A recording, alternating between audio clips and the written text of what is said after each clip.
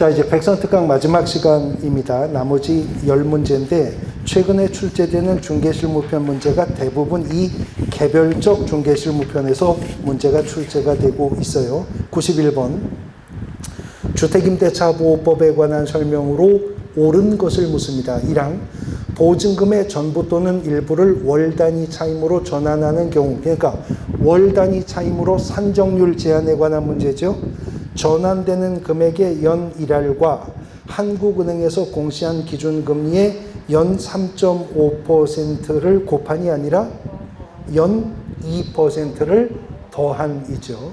더한 비율 중 낮은 비율을 더한 월차임의 범위를 초과할 수 없도록 하고 있습니다. 틀렸고요. 2항 대항 요건과 임대차 계약 증서상의 확정 일자를 갖춘 임차인은 민사집행법에 따르는 경매를 할 때 임차주택의 환가대금에서 선순위 권리자나 그 밖의 채권자에 우선하여 보증금을 변제받는다. 그건 최우선 변제권 얘기지. 확정일자에 따르는 우선 변제권은 후순위 물권이나 기타 채권보다 보증금을 먼저 배당받을 수 있는 거죠. 틀렸고요. 3항 임차인은 임차주택에 대해서 민사집행법에 따르는 경매가 행해진 경우에는 그 임차주택의 경락에 따라서 소멸하나 다만 보증금이 모두 변제되지 아니한 대항력 있는 임차권은 소멸하지 아니한다. 3항이 맞잖아요.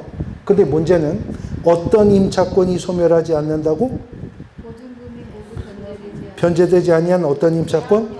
네, 대항력이 있는 임차권이 소멸하지 않는데요. 근데 대항력이 있다 없다는 상대적인 개념이라고 했었죠.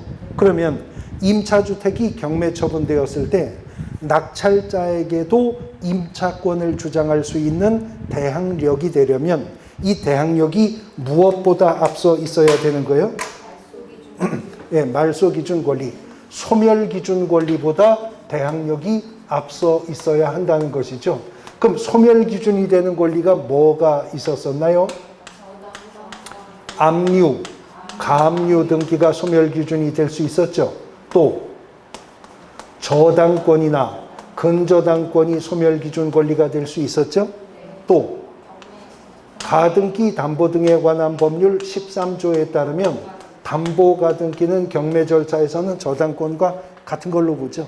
예, 담보 가등기도 소멸 기준 권리가 될 수 있었는데 만일 어떤 경매 물건에 압류도, 가압류도, 저당권도, 근저당도, 저당권도 1번 저당, 2번 저당, 담보 가등기도 설정되어 있으면 이것들 중에서 뭐가 소멸 기준이에요? 그 중에서 제일 먼저 설정된 것이 소멸 기준 권리가 된다. 그러면 어떤 경매 물건은요, 임의 경매가 아니라 강제 경매일 경우에는 이런 거 아무것도 없는 부동산일 수도 있죠. 그때는 경매 기입 등기가 소멸 기준이 됩니다. 경매 기입 등기 기준으로 소멸 기준 여부를 판단하는데 임차인이 낙찰자에게도 임차권이 있다는 것은 소멸 기준 권리보다도 앞서 대항력이 있는 임차권이어야 한다 그랬어요. 그러면 예를 들어서요. 가압류 등기가 되고 그 다음에 임차인이 대항력을 확보하고 그리고 저당권이 설정이 되었다면 소멸 기준은 예를 들어서 9월 8일 날 가압류 등기가 되었고 9월 9일 날 대항력을 확보했고 9월 10일 날 저당권이 설정되었다면 소멸 기준은 가압류가 되는 거죠. 그러니까 소멸 기준 권리보다 늦게 대항력을 확보한 임차인의 경우에는 낙찰자에게는 임차권을 주장할 수 없어요. 그러면 낙찰자에게는 임차권을 주장할 수 없으니 소액 임차인이 아니라면 이 임차인은 확정 일자에 의한 우선 변제권을 주장할 수밖에 없는 거죠. 그러나 확정 일자에 대한 우선 변제권을 주장해서 보증금 전액을 배당받으면 좋지만 전액을 배당받지 못하면 못 받은 금액은 낙찰자에게 달라고 할 수 없는 겁니다. 소멸 기준 권리보다 늦게 대항력을 확보했기 때문에 그렇습니다. 근데 그나마 확정일자도 받지 않았다면 우선 변제권이 없잖아요. 그러면 임차권은 채권에 불과하죠. 물권과 채권이 싸우면 물권이 이기죠. 그러니까 모든 담보물권의 배당이 끝나고 나서 일반 채권으로서 배당을 받아야 할 건데 그렇게 배당 순위가 뒤로 빠져버리면 실제 경매 사례에서 보증금 배당받을 돈이 없거나 적을 거예요. 그런데 하늘이 무너져도 솟아날 구멍이 있다고 만약에 선순위 가압류 채권액이 소액인 경우라면 임차인이 조치할 수 있는 게 있다 그랬죠. 그걸 네? 그렇죠. 대위변제를 해버리면 소멸기준의 이동이 발생하잖아요. 그러면 소멸기준 권리보다 앞서 대항력을 확보했으니까 보증금 전액을 낙찰자에게 달라고 할 수가 있게 돼요. 대위변제하는데 일정 금액을 썼다 하더라도 차액은 보전받을 수 있기 때문에 이런 경우에는 대위변제의 가능성도 염두에 두어야 한다는 것입니다. 해설이 길어지면서 어디까지 했는지 까먹었어요. 4번. 그래서 3번이 옳은 거죠. 사항. 임대차 기간이 끝난 경우에는 임차인이 보증금을 반환하지 못하였어도 임대차 관계가 종료되는 걸로 봐요. 존속되는 걸로 보는 거죠. 임대차가 끝났는데도 보증금을 반환하지 못했다면 임대차 관계는 존속되는 것으로 보는 거죠. 그러면요, 임차인이 임대차 계약 기간 2월 전에, 2달 전에 갱신 거절 통보했거든요. 2달 지나면 임대차 계약 기간 종료되는데 저는 조건 변경이나 갱신할 생각 없습니다. 2달 후에 나갈 거니까 보증금 반환 준비해 주십시오. 근데 임대차 계약 기간이 끝났는데도 보증금을 안 돌려줍니다. 그러면 임대차 계약 기간은 종료되었지만 임대차는 존속되고 있죠. 그 존속되고 있는데 보증금 빼줬으면 나갈 거였었거든요. 근데 안 빼줘서 지금 못 나가고 있는 거예요. 근데 이 임차인이 보증금 외에 월 차임이 있었어요. 월세가 있었다고요. 월세 계속 내야 돼요? 내야 됩니다. 왜냐하면 임대차 관계는 존속되고 있기 때문에 보증금 외에 월 차임이 있었다면 월세는 내야 됩니다. 그런데 임대차 계약 기간이 종료되었는데도 보증금을 안 빼주면 임차인은 임대인의 동의 없이 임차인 단독으로 뭐 할 수 있어요? 임차권 등기 신청할 수 있죠. 임차권 등기 신청했으면 이제 방 빼도 돼요? 안 돼요. 안 돼요. 임차권 등기 신청했다고 방 빼면 큰일 나요. 조금 어차피 기다린 거 조금 더 기다려야지. 임차권 등기 신청했다고 방 빼면 안 되고 임차권 등기가 격려된 사실을 내 눈으로 등기상 증명서로 보고 방을 빼든가 주소를 옮기든가 해야 돼요. 자, 임차권 등기가 격려된 사실 확인했어요. 이제 방 빼도 돼요? 임차권 등기된 걸 내가 지금 을구에서 봤다니까요. 이제 방 빼도 돼요? 방 빼도 되죠. 월세 내야 돼요? 안 내도 되죠. 예, 이제 건물을 명도했으니까 그때는 월차임을 안 줘도 되지만 거주하고 있다면 임대차는 존속되고 있기 때문에 차임 지급 의무는 있는 겁니다. 5항. 임대차는 그 등기가 없는 경우에도 임차인이 주택의 인도와 주민등록을 마친 때 그날부터 제3자에게 효력이 생깁니까? 그 다음 날 0시부터 대항력이 발생하게 된다는 것입니다. 사망이 정답입니다. 그럼 이런 경우 어떨까요? 예를 들어서 임차인이 9월 8일 날 주택의 인도와 주민등록 전입신고를 마쳤대요. 그런데 9월 9일에 이 주택에 저당권이 설정이 되었고요. 이 저당권에 기해서 주택이 임의경매가 되었답니다. 그러면 저당권의 효력은 언제 발생하죠? 9월 9일 주간의 저당권의 효력이 발생하죠. 근데 임차인의 대항력은 언제 발생해요? 9월 9일 0시에 대항력이 발생하잖아요. 그러니까 소멸 기준 권리보다 날짜는 같은데 시간상 앞섰죠. 그러니까 이 임차인은 낙찰자에게 대항할 수 있는 임차인. 근데 이론상 그런 거예요. 교과서적으로 그렇거든요. 근데 이런 상태에서 경매 넘어가잖아요. 그러면 요 임차인은 허위의 임차인으로 판명날 가능성이 높아요. 아니 어떻게 저당권 설정되기 전날 들어오냐는 거 좀 이상하지 않아요? 확인해서 허위 임차인으로 이거 배당받을 목적으로 들어온 임차인으로 판명되는 경우도 실제로 많지만 그냥 기계적으로만 보면 시간상 앞섰기 때문에 낙찰자에게 대항할 수가 있게 되는 것입니다. 그 다음 92번 개업공인중개사 갑소유의 X주택을 을에게 임대하는 임대차 계약을 중개하면서 양 당사자에게 설명한 내용으로 옳은 것은 1항 을이 소액 임차인인 경우에 최우선 변제권은 주택가액의 3분의 1에 해당하는 금액까지만 인정되나요? 2분의 1 범위까지는 최우선 변제권을 인정해 주는 거죠. 상가건물 임대차 보호법도 그래요? 그래요. 근데 상임법에서 3분의 1이라고 나올 가능성이 아주 높습니다. 왜 그럴까요? 전에 그랬었거든요.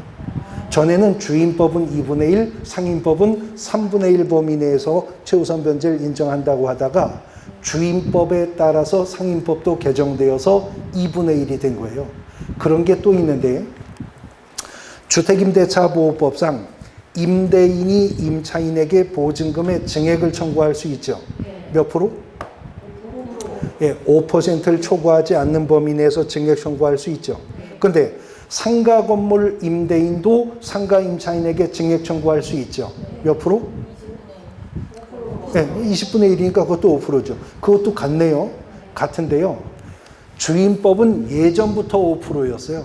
그래서 계속 5%예요. 근데 상임법은요. 100분의 12였습니다. 그러다가 개정을 해서 9로 개정을 했다가 다시 또 개정을 해서 지금 5가 된 거예요. 근데 기출문제를 보면 12에서 9로 개정된 그 다음 해 12로 틀린 지문이 출제되었거든요. 그리고 9에서 다시 5로 개정된 다음 해에 또 그 9가 틀린 지문으로 출제가 되었거든요. 그래서 그 지문들도 상임법에서는 틀린 지문으로 나올 가능성 높습니다. 2항 임차권 등기 명령에 따라 등기되었더라도 X주택의 점유를 상실하면 을은 대항력을 잃습니까? 임차권 등기가 되었다고 하죠. 그러면 방패도 됩니다. 주소 옮겨도 종전의 대항력 상실하지 않습니다. 3항 을이 X주택에 대한 대항력을 취득하려면 확정일자를 요해요? 확정일자는 뭐 때문에 받는 거예요? 우선 변제권 때문에 받는 거지 대항력과는 관계가 없습니다.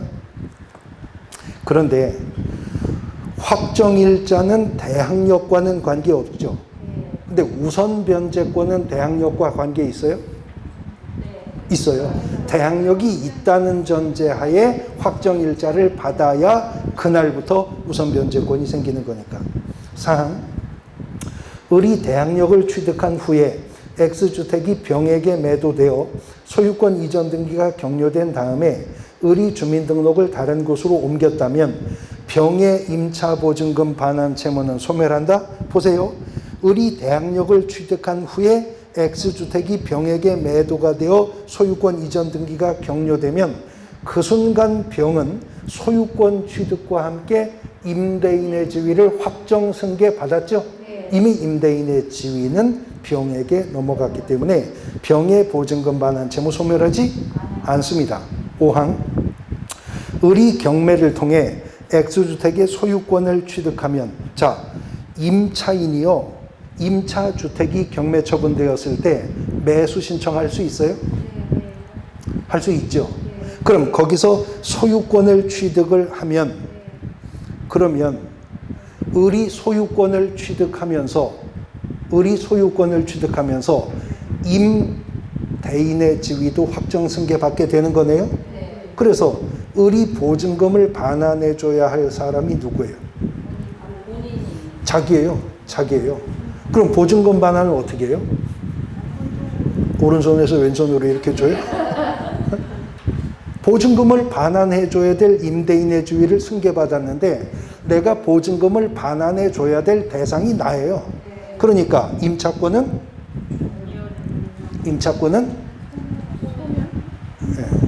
그렇죠. 예, 혼동으로 소멸하는 거죠. 혼동으로 소멸하는 거죠. 5항이 예, 정답이 될 건데요. 혼동으로 소멸하게 될 겁니다. 93번. 을은 2020년 8월 10날 서울특별시 소재 갑소유의 X상가 건물에 대해서 보증금 5억 원에 월 차임이 500만 원으로 하는 임대차 계약을 체결한 후에 을은 X건물을 인도받고 사업자 등록을 신청했답니다. 이 사안에서 개업공인중개사가 상가건물 임대차 보호법의 적용과 관련하여 설명한 내용으로 옳은 것을 모두 고른 것은, 자, 지금 보증금 5억 원에 월세가 500만 원이라네요. 그러면 500만 원 곱하기 100 하면 5억 원. 5억 원에 보증금 5억을 더하면 환산보증금이? 근데 이 상가 건물이 어디에 있대요? 서울특별시라 하더라도 상가 건물 임대차 보호법의 전면적 적용을 받으려면 환산보증금 9억 이하여야 됩니다. 그럼 환산보증금 10억이면 상인법의 전면적 적용을 받을 수는 없죠. 그렇다고 완전 배제되는 건 또 아니었거든요. 기억. 갑과 을 간의 계약 기간을 6월로 정한 경우에 그 기간을 1년으로 본다. 상인법상 최단기간 적용 기준 6월로 정했으면 6월이 되겠죠. 지금 환산보증금 9억 이하가 아니잖아요. 그 다음 니은. 을은 갑으로부터 X건물을 양수한 병에게 대항할 수가 있다. 자, 환산보증금 일정액을 초과하는 임차인인데 상가 건물에 인도받고 사업자 등록을 신청하면 제3자에게 임차권 주장하는 대항력이 있어요? 대항력은 있어요. 대항력은 환산보증금하고 상관없이 인정해 줍니다. 그 다음 디귿. 을의 차임 연체액이 2기의 차임에 달하는 경우에 갑이 임대차 계약을 해지할 수 있다. 지금 상인법 문제예요. 주임법이 아니고, 그러니까 2기가 아니라 3기의 차임 연체가 있어야 하는 것이죠. 그리고 만일 3기에 달하는 차임 연체가 있었다면 을이 갑에게 최초의 임대차 계약 기간을 포함해 10년을 초과하지 않는 범위 내에서 계약 갱신 요구할 수 있어요? 요구는 할 수 있다 그랬어요. 말도 못해요. 입을 틀어막아요. 말은 할 수 있는데 요구는 할 수 있지만 3기에 달하는 차임 연체가 있었다면 이제 정당하게 거부할 수 있게 되는 거죠. 둘 다 3기예요. 그 다음에 리을. 상가 건물을 인도받은 을은 사업자 등록 신청 후 확정일자를 받았다면 그로부터 1월 후 X건물에 대해서 저당권을 취득한 정보다 경매 절차에서 우선하여 보증금을 변제받을 권리가 있다? 아니, 9억을 초과하는 상가 임차인이 확정일자로 우선 변제권 주장할 수 있어요? 그건 없습니다. 그건 환산보증금 일정액 이하여야 되죠. 그러면 이런 임차인은요, 확정일자 받아봐야 우선 변제권 행사할 수 없죠. 그럼 어떻게 우선 변제권 확보해요? 임차권 등기를 하든가 아니면 전세권 설정 등기를 하든가 해야죠. 그런데 임대인의 동의 없이도 임차권 등기할 수 있나요? 임대인의 동의 없이도 지금 임차인이 임차권 등기할 수 있어요? 없죠. 예. 이거는 임대인의 동의가, 즉 임대차 계약이 끝났는데 보증금 못 받고 이런 게 아니니까 임대인의 동의를 얻어서 임차권 등기하기로 하고 임대차 계약하든가 전세권 설정 등기하기로 하고 임대차 계약을 체결해야 될 것입니다. 그 다음 미음. 임차인의 갱신 요구에 응해서 갱신하는 경우에 임대인은 조세, 공과금, 주변 상가 건물의 차임 및 보증금, 경제사정의 변동을 고려해서 월 차임을 600만 원으로 올려달라고 할 수 있나요? 그러니까 5% 초과하고 있는데 가능해요? 환산보증금 일정액 이하가 아니니까 가능하죠. 니은과 미음이 정답입니다. 94번. 상가건물 임대차 보호법상 임차인의 계약갱신 요건에 관한 설명 중 틀린 것은 2항. 계약갱신 요건은 최초 임대차 기간을 제외한인가요? 포함한이고요. 전체 임대 기간이 5년인가요? 10년입니다. 10년을 초과하지 않는 범위 내에서 계약 갱신 요구할 수 있습니다. 이 항이 정답인데 이것도 이렇게 틀린 지문으로 출제될 가능성이 높은 것이 얼마 전만 해도 5년이었었어요. 예, 근데 10년으로 개정을 한 거죠. 95번. 법원 경매에 있어서 배당의 원칙에 대한 설명 중에서 틀린 것을 물었는데요. 이 항을 보시면 가압류 등기 후 담보물권이 설정된 경우에 가압류가 우선하나요? 이 항. 가압류 등기 후에 담보물권이 설정되면 가압류가 우선합니까? 마침 여기 있네. 마침 여기 있네. 가압류 등기가 되고 담보물권이 설정되면 가압류가 우선해요? 우선한다고요? 자, 그러면 가압류는 물권이에요, 채권이에요? 가압류. 채권이잖아요. 채권이요. 물권과 채권이 싸우는데 채권이 이긴다고요? 채권은 채권자 평등의 원칙이라고 배우시잖아요. 채권자 평등의 원칙이 있죠. 먼저 가압류가 설정되었다고 담보물권에 우선하여 배당받을 수 있는 건 아닙니다. 자, 그러면 예를 들어서 9월 8일 날 가압류가 되었어요. 9월 9일 날 저당권이 설정되었어요. 그 다음에 9월 10일 날 근저당이 설정되었어요. 그리고 나서 이 주택이나 뭐 상가나 하여튼 건물이 경매가 되었답니다. 그러면 소멸 기준은 가압류죠. 소멸 기준 권리 뒤에 있는 모든 뭐 물권이나 채권은 다 소멸하는 거죠. 자, 그런데 예를 들어서 가압류 채권액이 8천만 원이었다. 그 다음에 저당권이 뭐 5천만 원이었다. 그 다음에 근저당 채권액이 실채무액 3천만 원이었다. 자, 이렇게 채권액이 있는데 만약에 이 물건이 매각이 되었어요. 근데 매각 대금이 1억 원이랍니다. 1억 원이래요. 자, 그럼 1억 원 가지고 배당을 해야 되잖아요. 그러면 배당 어떻게 되죠? 가압류 채권액은 얼마, 저당권은 얼마, 근저당은 얼마 배당받느냐 하는 건데 만약에 맨 앞에 있는 게 저당권이나 근저당권이었었다면 물권이니까 8천만 원 전액 우선 배당받죠. 근데 가압류는 채권이에요. 채권은 우선 변제권이 없잖아요. 우선 변제권이 없는 경우에는 후순위 설정된 담보물권과 자기 채권액에 비례해서 안분 배당을 해야죠. 왜냐하면 채권자 평등의 원칙에 의해서요. 그러면 안분 배당을 하면 가압류 채권액은 1억 원 곱하기 8천만 원 나누기 1억 8천이죠. 1억 8천.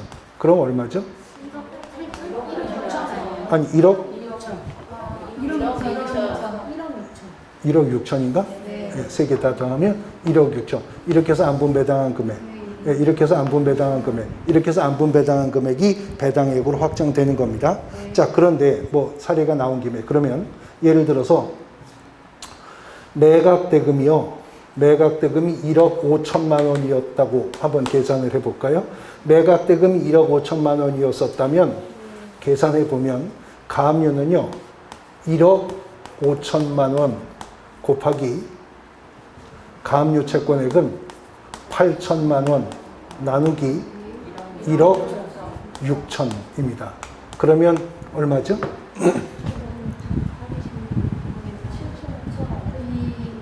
이걸 암산해서 지금 하시는 거예요? 얼마? 7,500. 그 다음에 저당권은 1억 5천만 원 곱하기 5천만 원 나누기 1억 6천만 원. 그럼 얼마예요?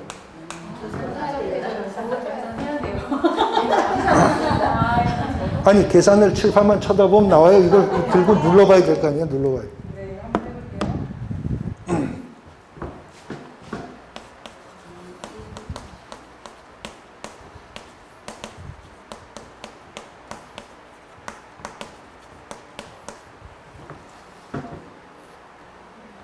자, 저당권 얼마 나오죠?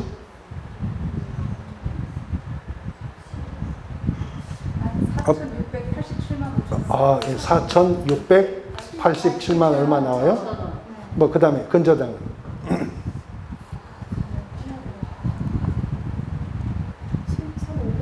4,600은 2,900. 뭐, 그 정도? 네, 그 정도. 대충 2,900 원짜리. 자, 이렇게 나올 거 아니에요? 그러면, 이제 핸드폰 내려놓고 여기 보세요. 다른 분이 계산했으니까. 그러면, 이거 다 합치면 얼만데요? 1억 5천 내야 돼. 예?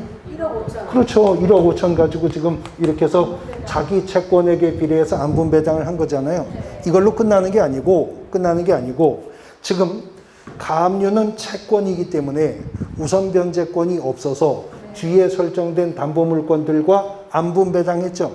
그러면 안분 배당한 금액인 7,500이 배당액으로 확정되는 겁니다. 8,000 중에서 7,500만 받고 나머지 500은 못 받고 가압류는 말소예요. 그런데 저당권과 근저당은 선순위 가압류 채권이 있었기 때문에 지금 안분 배당을 했죠. 그런데 안분 배당을 했지만 저당권과 근저당권은 둘 다 물권이잖아요. 물권 간에는 선순위가 있는 거죠. 선순위가 있는 거기 때문에 이제 저당권은 말이에요. 4,687만 원이 안분 배당됐죠. 4,687만 원이 5천만 원이 될 때까지 근저당의 안분 배당 금액을 흡수해 갈 수 있는 거죠. 그렇겠죠. 그러면 저당권자는 5천 다 받겠네. 네, 5천 다 받아요. 그러면 근저당은 2,900 안분 배당 받은 것 중에서 선순위 저당권 5천 될 때까지 퍼 넣어주고 남은 금액 얼마? 2,900에서 이게 5천 될 때까지 퍼 넣어줘야 된다니까? 2,000? 예? 2,900이 예측 쓴 거잖아요. 예, 요게 5천 될 때까지 넣어줬으면 한 300 얼마 넣어줬나?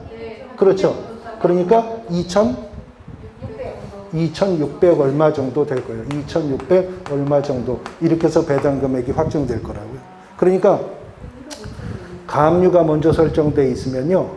가압류가 채권이기 때문에 이게 우선 변제권이 없기 때문에 첫 번째는 전체가 자기 채권액에 비례해서 안분 배당을 한 후에 가압류는 우선 변제권이 없으니까 안분 배당한 금액으로 배당 금액 확정이고요. 이제 이거는 순위가 있잖아요.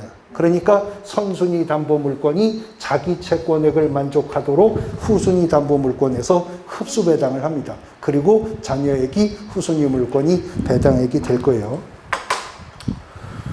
근데 뭐 여기까지는 안 나올 것 같아요. 근데 민법에서 나올 수도 있어요. 민법에서 나올 수도 있어서 좀 짚어본 문제입니다. 96번. 다음은 개업공인중개사가 법원 입찰 부동산을 권리 분석한 후에 입찰에 참가하려는 경우인데 실제상 위험성이 가장 큰 것은, 자, 입찰에 참여하는 자 입장에서 위험성이 크다는 것은 내가 매각대금 완납했는데도 별도로 떠안아야 될 권리가 있으면 위험성이 있죠. 많으면 위험성이 큰 거죠. 1항 등기상 선순위의 최선순위로 담보가 등기, 이게 있대요. 맨 앞에 이게 있대요. 그러면 이게 소멸 기준이 되어서 이 담보가 등기 뒤에 있는 지상권, 지역권, 전세권, 저당권, 압류, 가압류, 근저당권 다 말소시킬 거잖아요. 그러니까 내가 매각대금 완납하는 거 외에 따로 또 안을 권리 없죠. 안전하네요. 그 다음에 2항 등기사항 증명서에 경매 신청한 근저당에 앞서서 압류 등기가 되어 있다. 근저당이 경매 신청했어도 그 앞에 이게 있대요. 그럼 이게 소멸 기준이잖아요.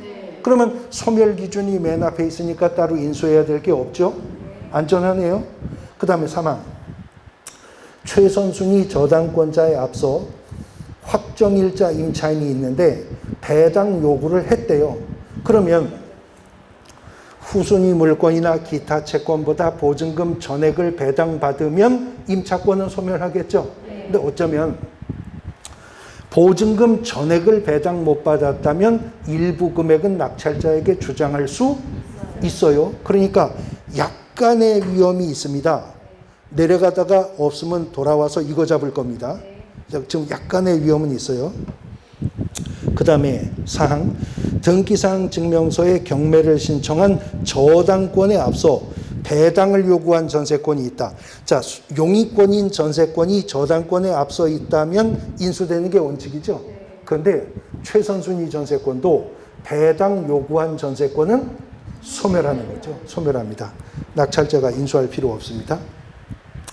그런데 5항을 보시면 등기사항 증명서에 경매를 신청한 2순위 근저당에 앞서서 대항력을 갖춘 임차인이 있는데 1순위 근저당을 대입변제해버렸다. 그러면 소멸 기준은 2순위 근저당이 되는 거네요. 그럼 이런 물건은 매각대금 완납하여 소유권을 취득하는 순간 이 임차인에 대한 임대인의 지위를 확정 승계받는 부담이 생기는 거죠. 5항이 가장 위험성이 높은 거네요. 97번 부동산 경매에 관해서 설명한 내용으로 틀린 것은 1항 배당 요구를 하여야 배당을 받을 수 있는 권리자는 매각 실시 후 배당하기 전까지 배당 요구 신청을 해요? 아니죠. 법원이 경매 개시 결정 등기를 내리면 바로 배당 요구해야만 배당을 받을 수 있는 권리자들을 대상으로 배당 요구의 종기를 결정해서 공고한다고 했죠. 법원이 결정해서 공고한 배당 요구 종기 전까지 배당 요구했어야만 배당에 참여할 수 있게 되는 겁니다. 1항이 틀린 지문 정답입니다. 99번 대법원 규칙에 대한 내용으로 옳은 것은 1항 중개사무소 개설 등록하지 아니한 공인중개사는 매수신청 대리인 등록 신청할 수 있어요? 없습니다. 경매대리 등록 신청은 공인중개사인 개업 공인중개사이거나 법인인 개업 공인중개사이어야 합니다.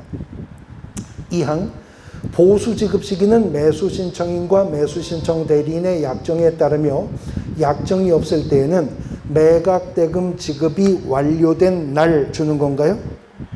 네. 아니고요. 예, 매각대금 지급 기한일이 되는 겁니다. 지금 민사집행법상의 경매에서는요. 매수 허가 결정이 떨어지면 매수 허가 결정을 받은 자에게 대금 납부 한을 정해줍니다. 대금 납부 기한을 정해줘요. 그러면 대금 납부 기한일이 9월 20날이었어요. 그런데 대금 납부를 9월 18일 날 할 수도 있어요. 예, 대금 납부 기일이 아니라 기한이기 때문에 9월 18일 날 대금을 납부할 수 있죠. 그러면 기한일이 9월 20날이었는데 18일 날 대금을 완납했대요. 낙찰자 소유권 언제 취득해요? 18일 날 대금 완납하는 순간 소유권 취득하는 거죠. 근데 지금 이게 개업공인중개사의 경매 대리로 이루어졌다는 거죠. 그러면 이제 위임인은 개업공인중개사에게 경매보수를 언제 주느냐? 주기로 한 날 주는 거예요. 받기로 한 날 개업공인중개사가 달라고 하는 거예요. 근데 경매보수 지급일에 대한 약정이 없었다면 18일 날 줘요? 20날 줘요? 20날 준다는 거죠. 대금 납부 기한일에 줍니다. 자, 이거는 경매보수가 그런 거고요. 경매보수가 그런 거고 중개보수, 복비. 중개보수는 언제 줘요? 주기로 한 날 줘요. 받기로 한 날 받고. 근데 복비, 중개보수에 대해서 개업공인중개사와 의뢰인 간에 합의가 없었다면 중개보수는 공인중개사법이 언제 준다고? 거래대금 지급 완료일에 중개보수 지급한답니다. 중개보수는 약정 없으면 거래대금 지급 완료일에, 경매보수는 약정 없으면 대금 납부 기한일에 보수 지급하도록 하고 있는 것이죠. 대금 납부 기한일로 하는 것입니다. 그 다음에 3항 지방법원장은 개업공인중개사가 공인중개사법 규정에 따라 휴업했다면 매수신청 대리 업무 정지 처분을 하여야 하는 겁니다. 대법원 규칙에서 업무 정지는 절대적 업무 정지도 있고 상대적 업무 정지도 있는데 개업공인중개사가 휴업을 했다면 대법원 규칙상 업무정지 처분도 내려야 됩니다. 그 다음 사항, 지방법원장은 개업공인중개사가 공인중개사법의 규정에 따라 중개업 폐업 신고했대요. 그럼 매수신청 대리 등록도 취소하여야 하는 거죠. 개업공인중개사가 아닌 신분으로 경매대리 계속할 수는 없는 거니까요. 그 다음에 5항, 개업공인중개사는 업무정지 처분을 받은 때에는 업무정지 사실을 당해 중개사 사무소 출입문에 표시하여야 한다. 5항이 맞죠? 자, 비교해 보면 공인중개사법상 업무정지 처분 받았어요. 등록증 반납해야 됩니까? 안 합니다. 그럼 공인중개사법상 업무정지 처분 받았다고 업무정지 사실을 출입문에 표시해야 돼요? 안 합니다. 근데 개업공인중개사가 대법원 규칙상 업무정지 처분을 받았다면 경매대리 업무정지 처분받은 사실을 중개사무소 출입문에 표시하라는 거예요. 왜 여기는 없는데 저기는 있느냐? 개업공인중개사가 공인중개사법상으로는 어떠한 행정상의 제재를 받지 않았는데 대법원 규칙상 경매대리 업무정지 처분을 받았다는 거예요. 그러면 이 개업공인중개사가 부동산 중개 활동 그 정지기간 동안 계속할 수 있어요? 할 수 있죠. 그러나 경매 위임을 받으면 안 되죠. 그러니까 일반에게 알리라는 거죠. 내가 몇 월 며칠부터 몇 월 며칠까지 대법원 규칙상 경매대리 업무정지 처분을 받았으니 집 팔거나 땅 사거나 방 세들 사람은 들어오시고 경매대리 의뢰하실 분은 요 기간 동안은 오지 마십시오. 알리라는 겁니다. 알리라는 거예요.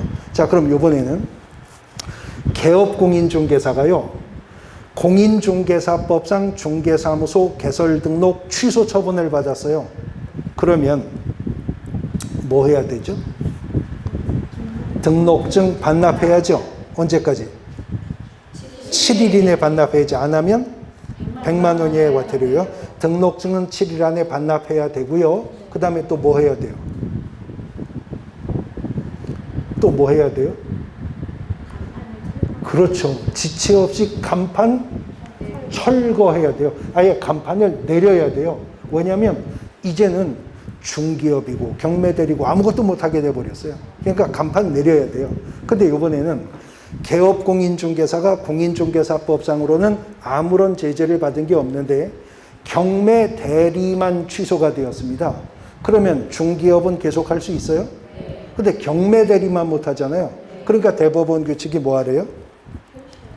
중개사무소 내외부에 경매대리 업무 표기를 제거하라는 거죠. 이제 경매대리를 못하지 중개업은 계속할 수가 있게 되는 거니까요. 5항이 정답입니다. 99번 대법원 규칙에 관한 설명으로 틀린 것을 물었는데요.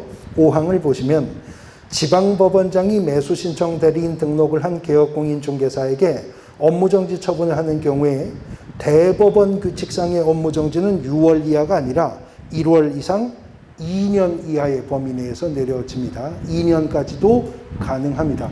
공인중개사법상 업무정지는 6개월을 초과할 수가 없는 것이었었지만요. 100번 민사집행법상의 경매와 대법원 규칙에 관한 설명으로 옳은 것은 1항 입찰에 참가하고자 하는 자는 매수 가격의 10분의 1을 보증금 제공한다. 입찰 보증금 말하는 건데 매수 가격의 10분의 1, 응찰 가격의 10분의 1이 아니고 최저 매각 가격의 10분의 1이었었죠. 그 다음 2항 매각에 항고하고자 하는 자는 최저 매각 가격의 10분의 1, 그건 입찰 보증금이 그렇고 항고 보증금은 매각 대금의 10분의 1입니다. 3항 매수 신청 대리인이 되고자 하는 개업공인중개사는 법원 행정처장에게 등록을 합니까? 중개사무소 소재지 지방법원장에게 경매 등록 신청하는 거죠. 4항 매수 신청 대리인 등록을 하고자 하는 개업공인중개사는 지방법원장이 지정하는 교육기관에서 경매 실무 교육받아요? 법원 행정처장이 지정하는 교육기관에서 경매 실무 교육 받죠. 3항과 4항은 법원 행정처장, 지방법원장이 바뀌어서 각각 틀린 지문 된 거죠. 5항 매수 신청 대리인 등록을 한 개업공인중개사는 매수 신청 대리 행위를 함에 있어서 매각 장소 또는 집행법원에 직접 출석해야 된다. 그래요? 그렇죠. 중개 완성으로 토지건물 매매 계약이 체결되었는데 개업공인중개사가 부동산거래신고관청에 직접 안 가고 소속공인중개사 보낼 수 있었죠. 부동산거래신고는 대행이 가능했었어요. 중개 완성 시에도. 그러나 경매대리는요, 소속공인중개사조차도 대행하지 못하고 경매대리 등록을 한 개업공인중개사가 매각장소 집행법원에 직접 출석을 해야 되는 것입니다. 2주간에 걸쳐서 백선특강 지문 살펴보셨는데 실제로 고사장에서 만나시게 될 문제는요, 시험 문제의 지문의 길이가 이거보다 훨씬 짧은 지문들도 꽤 섞일 겁니다. 40문제 중에. 그리고 전체 난이도도 이 100문제보다는 훨씬 쉬운 문제. 그래서 직관적으로 답을 잡을 수 있는 문제들도 꽤 섞일 거예요. 그러니까 실전에서는 훨씬 훈련보다 쉬울 거라고 생각을 하시고, 근데 해설이 없어도 맞출 문제를 해설하고 푸는 건 서로 시간 낭비잖아요. 그래서 틀릴 수 있는 문제들을 중심으로 해서 백선특강 지문을 구성했기 때문에 약간 좀 어려움을 느끼신 거지만 실제 득점은 훨씬 높은 점수 득점하실 거라고 자신감을 갖고 계시면 될 것 같습니다. 백선특강은 오늘 마무리하겠습니다. 수고하셨습니다.